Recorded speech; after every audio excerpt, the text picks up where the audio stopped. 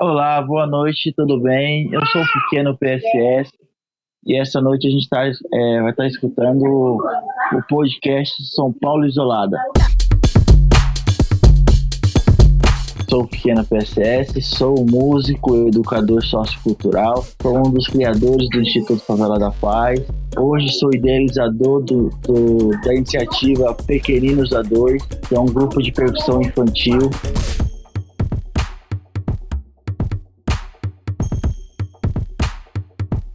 Eu tenho mais ou menos 1,82 m, com mais ou menos 83 quilos. Sou negro, careca e de olhos castanhos. Cara, a pandemia para mim teve dois momentos, né? Um momento ruim e um momento bom. Eu tive um momento bom porque eu tive o nascimento dos meus filhos, um casal de gêmeos, que nasceu no dia 2 de fevereiro do ano passado. Então, foi logo no início mesmo da pandemia. E o lado ruim é que eu trabalho com criança, eu dou aula praticamente 3 ou 4 vezes por semana, e o Instituto teve que fechar as portas por conta dessa pandemia para que não agravasse mais, né? O Instituto ele fica situado no Jardim Ângela, atrás do hospital em Boimirim, que hoje é a matriz, né, de acesso à pandemia aqui na cidade de São Paulo.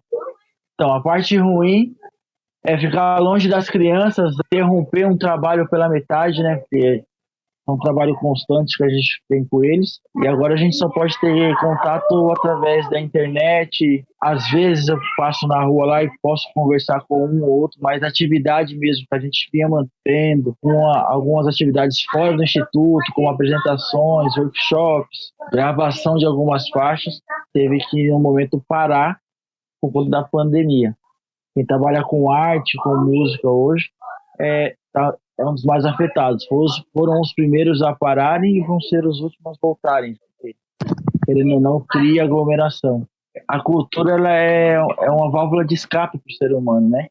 Ninguém vive sem seu desenho, sem a sua dança ou sem a sua música própria dita. E a gente que somos os fabricadores de sonhos, fabricadores de sentimentos inexplicáveis, não estamos podendo exercer da forma que a gente sempre fez, né? A gente está tendo que se adaptar ao sistema através de lives, podcasts, para que a nossa linguagem, ó, esse dom que a gente tem, possa chegar até as pessoas. Conta, por favor, como que era a sua rotina antes da pandemia. O Claudinho comentou que vocês fizeram várias rodas de conversa. Como que foi essa adaptação com as crianças? Da pandemia para cá, a gente parou com tudo. Não tem nada no Instituto Favela da Paz, a não ser de um ano para cá um espaço que a gente criou para lives, para que as bandas e artistas, poetas possam se expressarem diante da pandemia para o seu público e também para si próprio manter a arte e cultura viva. Com as crianças, no início a gente parou com tudo. A gente tentou fazer uma atividade colocando 6 crianças no espaço em turmas diferentes, que a gente até vai fazer um documentário através disso, né? A gente fez uma pequena entrevista com cada um, a gente vai montar um documentário. E aí depois desse documentário que a gente tentou fazer, que está em processo ainda, eu comecei umas aulas, uns encontros online. Só que como a gente mora na periferia, a gente tem a dificuldade que nem toda criança tem um celular. Então a gente também convive com essa diversidade. Como que a gente pode se adequar? Hoje a gente tenta, por exemplo, que eles se reúnam às vezes um vizinho ou um amiguinho do lado para tentar assistir aula, mas nem sempre é isso, porque a gente tem que tomar cuidado porque o risco está aí, né?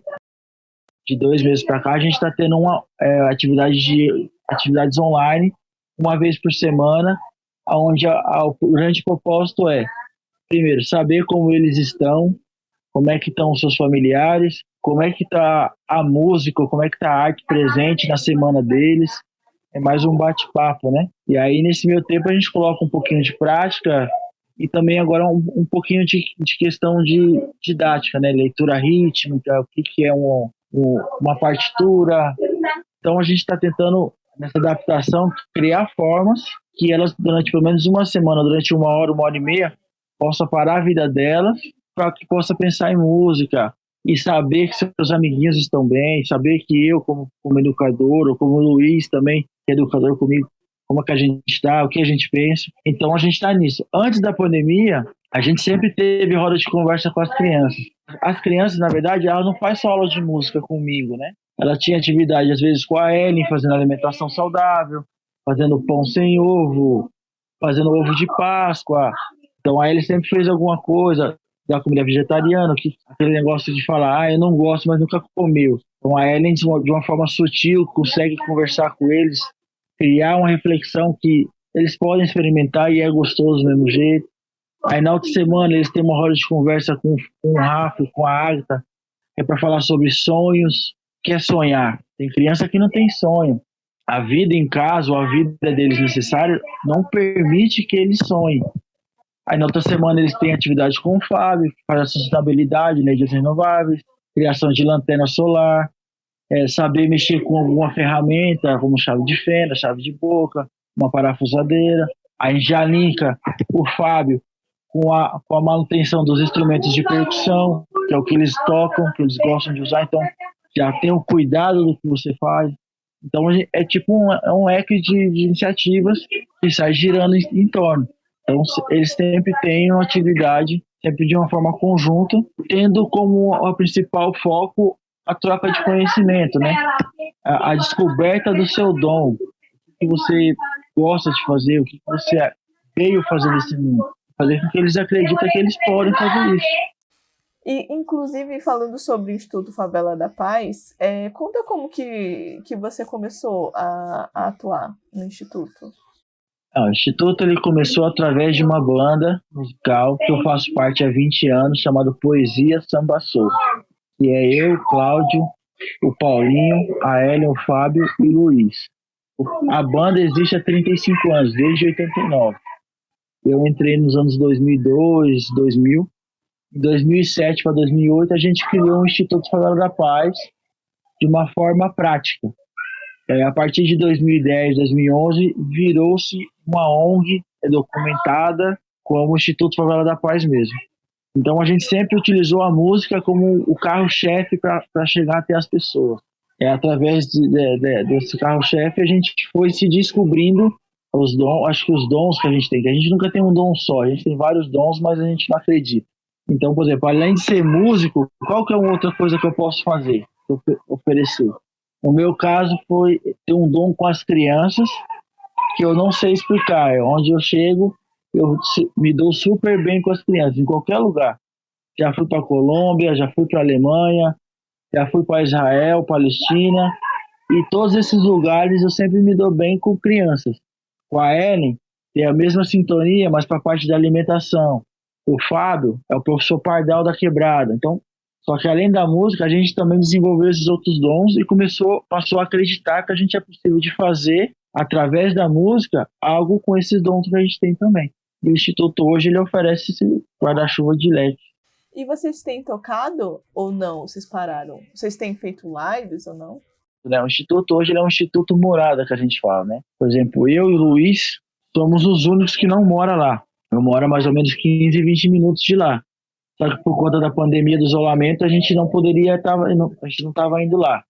E aí foi quando surgiu a ideia que o Cláudio falou, vamos tentar fazer música de alguma forma e vamos fazer live. Foi quando começou essas lives dos famosos, que eles começaram a fazer entre eles que moram lá.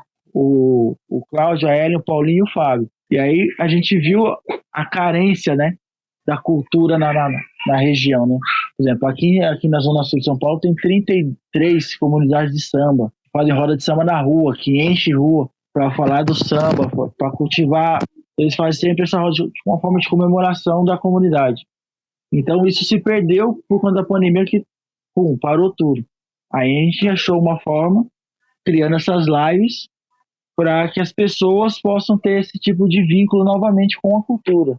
E aí a gente começou a abrir espaço, criou um espaço totalmente seguro lá no Instituto, e aí sim eu e o Luiz pôde estar indo lá, e a gente estava fazendo uma live por mês.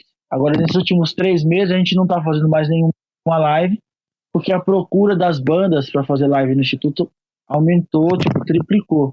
Porque as lives que a gente oferece hoje é de uma forma gratuita. A intenção mesmo é deixar hoje o espaço para que as pessoas possam utilizar e levar sua mensagem para o seu público. E pequeno, como que tem sido trabalhar com as crianças à distância?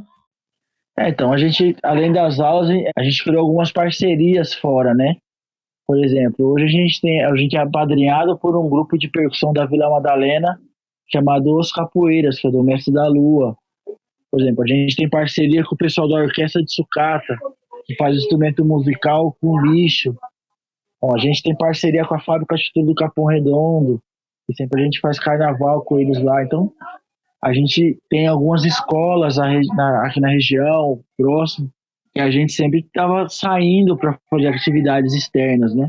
Querendo ou não, isso acostuma uma forma também de não só estudar no nosso espaço físico, mas também uma forma de se expressar isso que a gente está aprendendo aqui para outras pessoas em lugares diferentes, conhecendo novas pessoas, colocando a pulguinha atrás da orelha de várias crianças que estão lá, que ao ver uma criança pequenininha tocando, fala, pô, se ele toca, eu também posso. Como é que eu faço para aprender? Então, tem toda essa troca.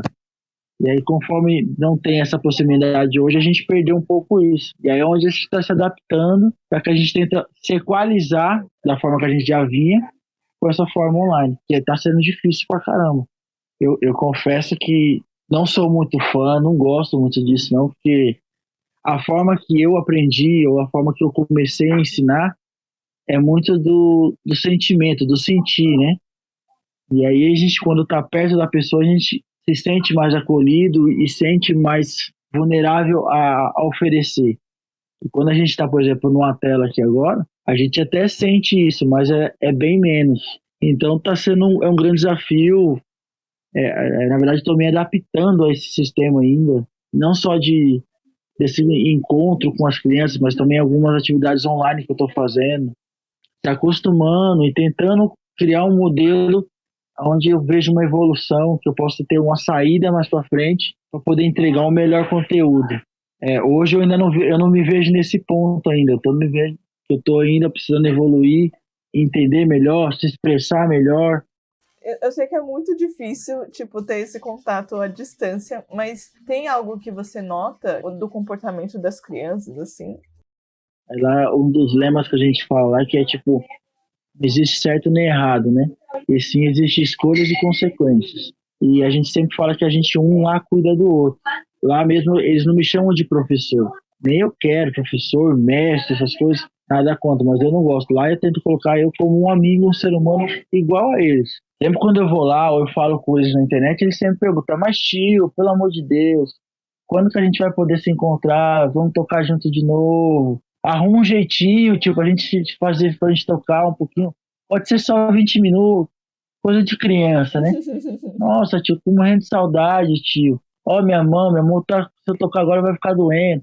Então, o que a gente percebe é que tá além da música, né? Já virou uma relação afetiva. Eles criaram um amor pelo que eles faziam. Não é só chegar, eu vou tocar para me amostrar porque eu sei tocar, não. Eles querem tocar porque eles gostam do ambiente, de estar próximo do outro, de se divertir, às vezes até de ouvir bronca minha, que pega às vezes no pé. Querendo ou não, isso sente falta. Então, acho que o grande problema, assim, é essa falta que eles têm, que eles pegaram o amor que eles faziam, né? Eles fazem, de certa forma. E também tem um outro tópico que eu estou percebendo, é a transição do ser criança para ser adolescente ou pré-adulto. Por exemplo, a gente tem aluno que está entre 14, 15 e 16 anos e está naquela transição. O ano passado eu era criança, agora eu já me vejo como, por exemplo, um adolescente. Já começo a ter emoções diferentes, sentimentos diferentes. Então isso está bem complicado porque não dá para me conversar certas coisas com as crianças de 15 anos juntamente com as de 9 e 10.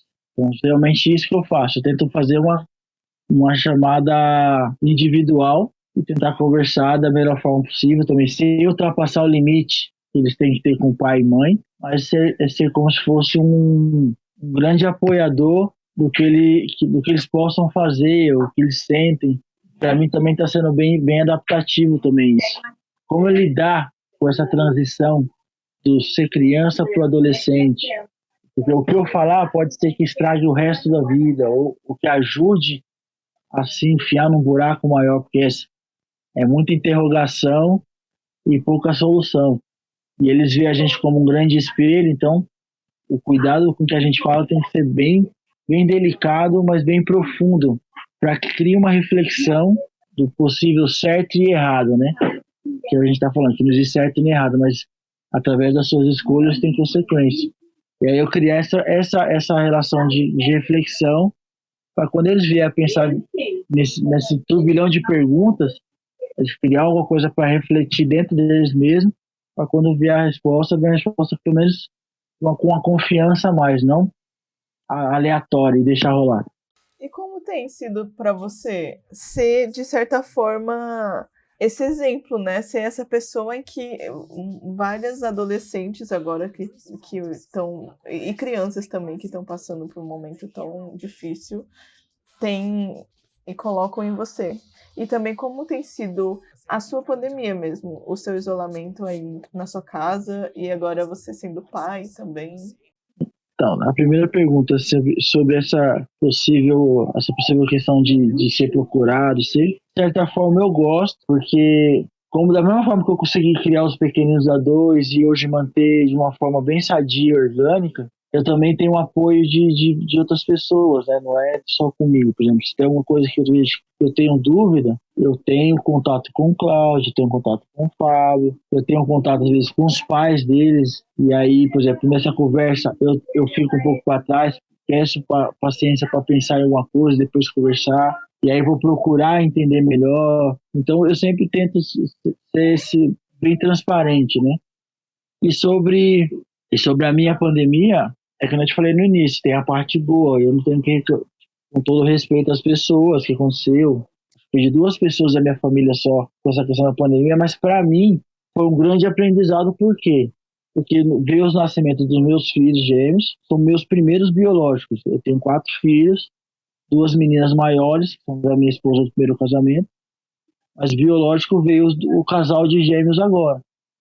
Então, por exemplo, se eu tivesse na mesma rotina que era, de viagem, trabalho fora, aula com os pequeninos, eu não teria a quantidade de tempo que nesse último ano eu tive para ficar com meus filhos. Então, por exemplo, meus filhos nasceram, praticamente eu fico 98% com eles. Ver o primeiro passo, ver o primeiro sorriso, tentar ver os primeiros gestos, o primeiro tombo, entendeu? Por exemplo, eu tenho uns instrumentos em casa, eu deixo jogado na casa, eles ficam batucando, é música, desenho. Então, tem várias histórias. Então, para mim, a necessidade da pandemia foi maravilhosa. Sem ser, tipo, antiético com toda a situação, mas vendo o lado bom da coisa, né? Então, para mim tá sendo bem, bem gostoso nesse sentido, que todo dia para mim é um dia novo, é uma experiência nova. Por exemplo, eles começaram a andar tem 2 meses, estão caindo todo dia, agora tá querendo ficar manhoso. Se eu ameaço sair de casa, começa a chorar. Então, são tudo histórias que tá se criando, e para mim é uma delícia poder compartilhar com você, assim, é bonito.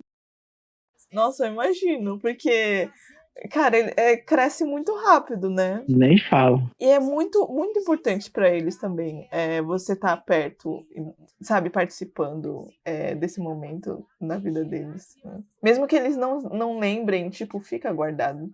Mas o pequeno, e aí, falando sobre essas mudanças que a pandemia despertou, assim, nas pessoas, quais seriam as mudanças que a pandemia, de certa forma, despertou em você?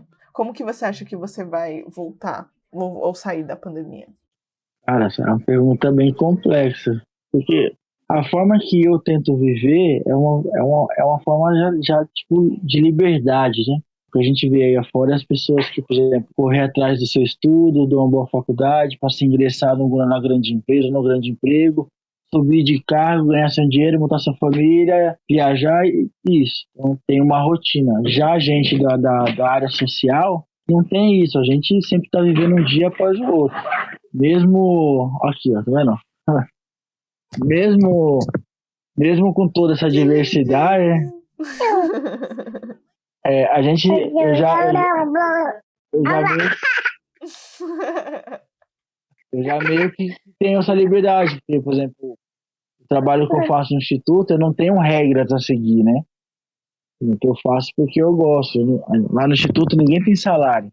A gente sempre vive numa forma de uma economia compartilhada, onde quem precisa vai ser beneficiado. Mas o que eu penso dessa questão das pessoas na volta da pandemia, ou com a pandemia, é que as pessoas começaram a se perceber mais como ser humano, não como um robozinho do sistema que a gente fala, né? Sem julgamento.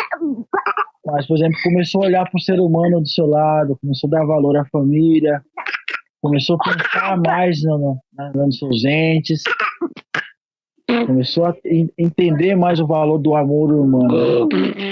E que a gente vê hoje que também a questão material está muito acima, principalmente na nossa classe, por exemplo, de jovens, pré-adolescentes, já esse começo adulto, dos 20 aos 35 anos, quer ter um carro bom, quer ter um celular da hora, quer ter um tênis, quer ter roupa. Então, isso, de certa forma, te afasta daquele afeto humano. E você vive numa competição constante. Você compra um iPhone 10 hoje, o ano que vem você já tem que estar com 12. Comprou outro, tem que estar com 14. Não, e aí com essa pandemia, como se privou de você ter que pensar nisso e tentar pensar na saúde das pessoas que ao seu redor, a gente aprendeu a amar de novo, né? E aprendeu a se ajuntar melhor. Eu acho que a grande lição que vai ficar, pelo menos nos primeiros anos, mas ainda vai ficar essa junção do cuidado, né? Então, Isabela, o que eu penso nessa questão da pandemia é esse voto mesmo de solidariedade que o brasileiro tem muito, mas às vezes é muito passageiro, né? Se comove aqui e amanhã já não se comove mais. Então, o grande legado, a grande lição é isso, né?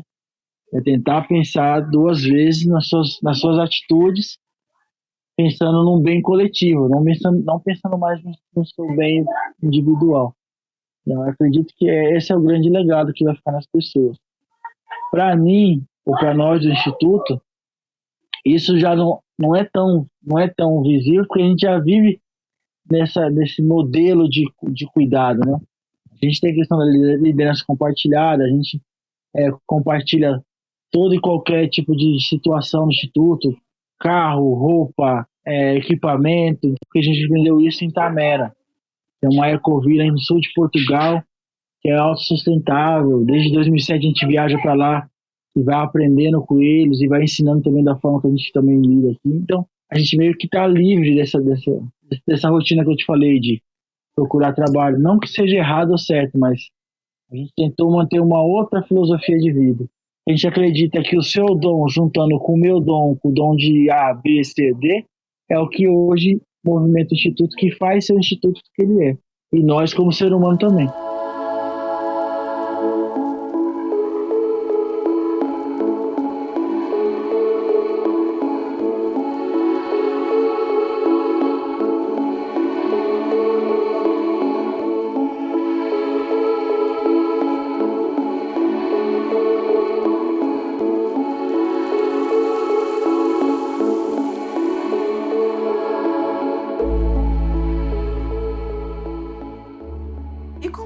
Anda essa questão financeira na pandemia, assim? Como que é agora tocar o Instituto Favela da Paz no meio de uma pandemia, na sua visão? A gente está recebendo doações de empresas, amigos, parceiros fora do país. Então a gente tem essa economia compartilhada que faz com que a gente divida tudo, né? Por exemplo, hoje a gente está fazendo muito trabalho online, né? O Fábio está dando palestra online. O Fábio, que é o professor Pardal, tem a quantidade de trabalhos maiores, está fazendo muita coisa. Trabalho para a SESC, para a questão da sustentabilidade. A gente faz algumas lives patrocinadas, que as pessoas possam apoiar o Instituto da melhor forma que elas acham que deve.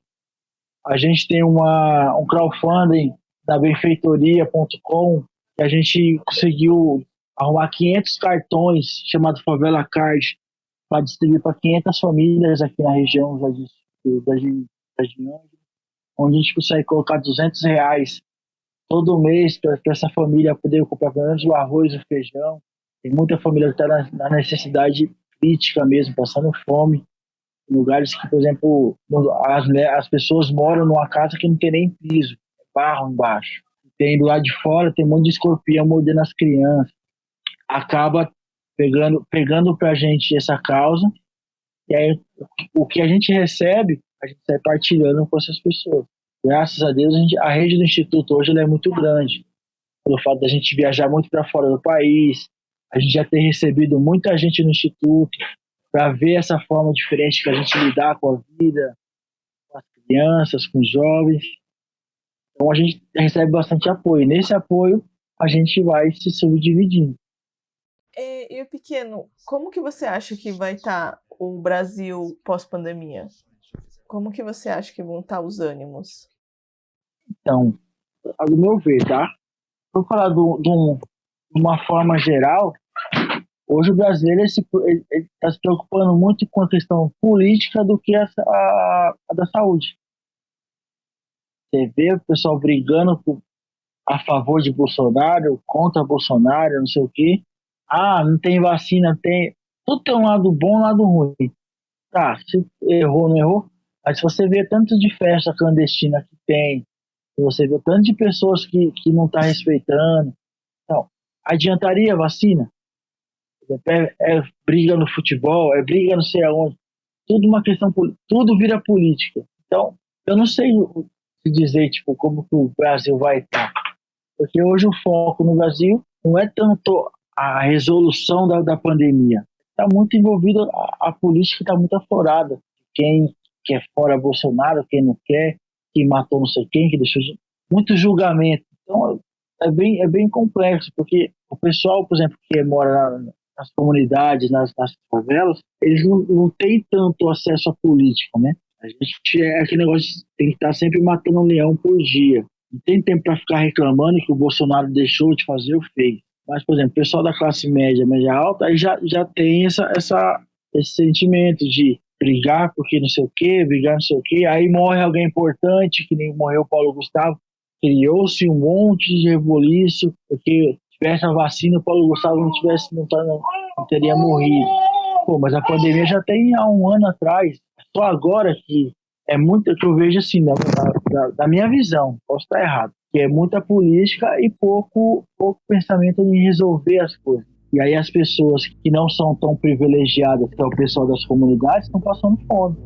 O pessoal, por exemplo, falar da questão da classe artística. Eu, como um músico, eu ainda posso entrar no estúdio hoje, gravar um DVD, ou gravar um CD, ou fazer uma live e poder receber um cachê. Mas e o pessoal que trabalha de road, o pessoal que é técnico de iluminação, que é técnico de som, essas pessoas não têm trabalho assim, eles não têm nada. Eu conheço pessoas que coitado, tá vendendo tudo que equipamento que tem em casa para poder sobreviver. Ou pegar trabalho de pedreiro, ou vai tentar alugar carro para fazer Uber, pegando a primeira coisa que acontece, empurrar com a barriga, na esperança que acabe logo a pandemia, que ele possa voltar a trabalhar de sua forma normal. Então, é muito complexo.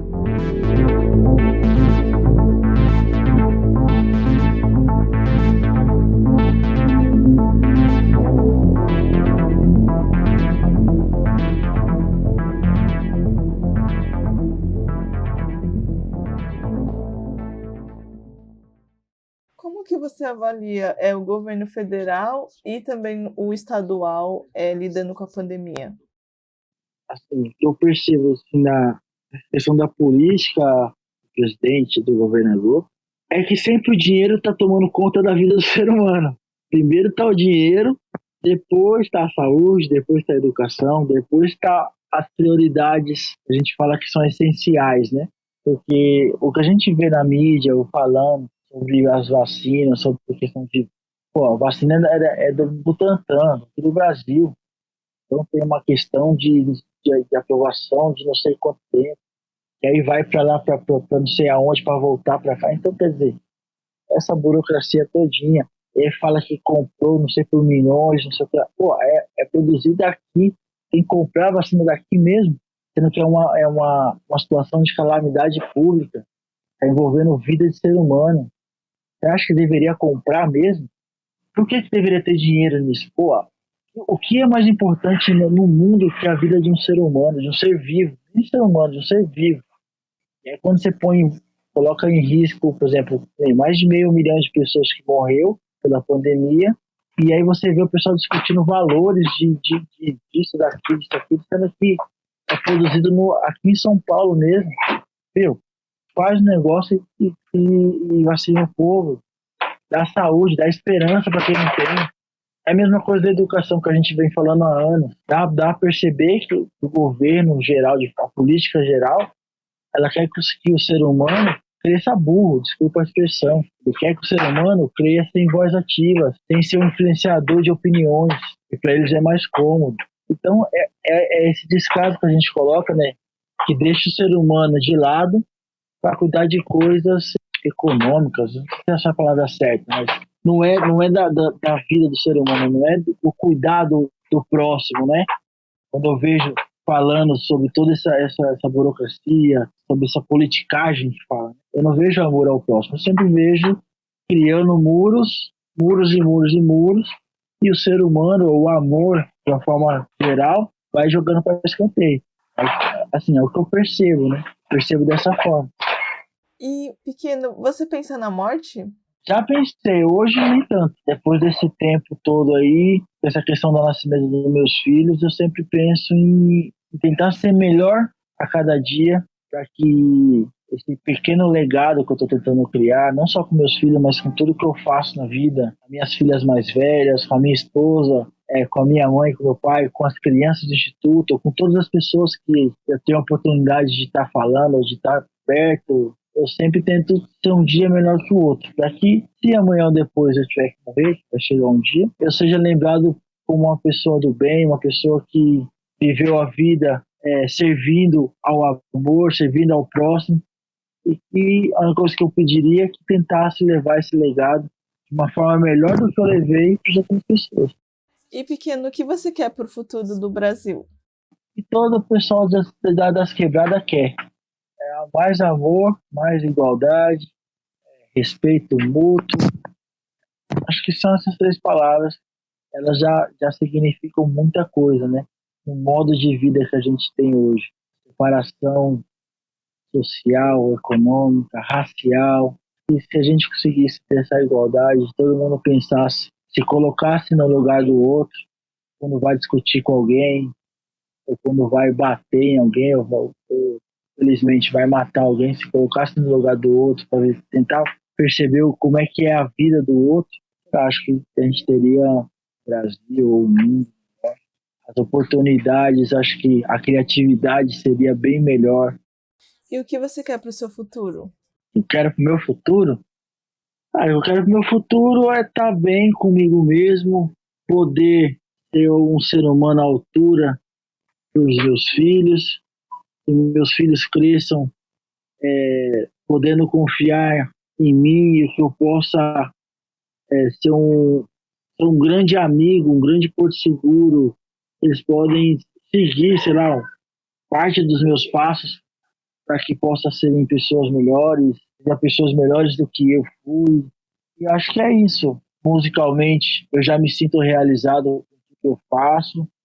Hoje eu não tenho a pretensão de ser um cara famoso, como todo músico, todo jogador de futebol, quando inicia, imagina ser. Na minha humilde opinião, hoje eu sou uma pessoa famosa por fazer o que eu faço, pensar nas coisas da forma que eu penso.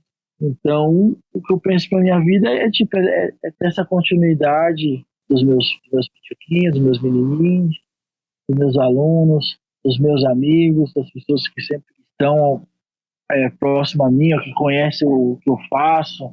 E aí, com tudo isso, a gente vai tendo a sabedoria, vai tendo os lucros da vida e as vivências que a gente vem tendo.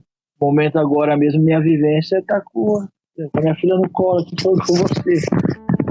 Para mim é uma grande dádiva de Deus. Né? Então, quer dizer, eu poder vivenciar tudo isso de uma forma tão simples, tão orgânica, não sei se se hoje se eu estivesse trabalhando numa grande empresa ou se eu estivesse sendo chefe ou dono de uma grande empresa, eu teria esse privilégio de estar colando no meu colo agora, entende? Eu me sinto realizado muito por isso. Se todo mundo poder ter uma vida de realização da mesma forma que eu estou tendo agora, não só com meus gêmeos, mas com a minha filha mais velha, com a minha filha do meio, com a minha esposa, e tá sentindo o que eu sinto, cara, feliz pra caramba.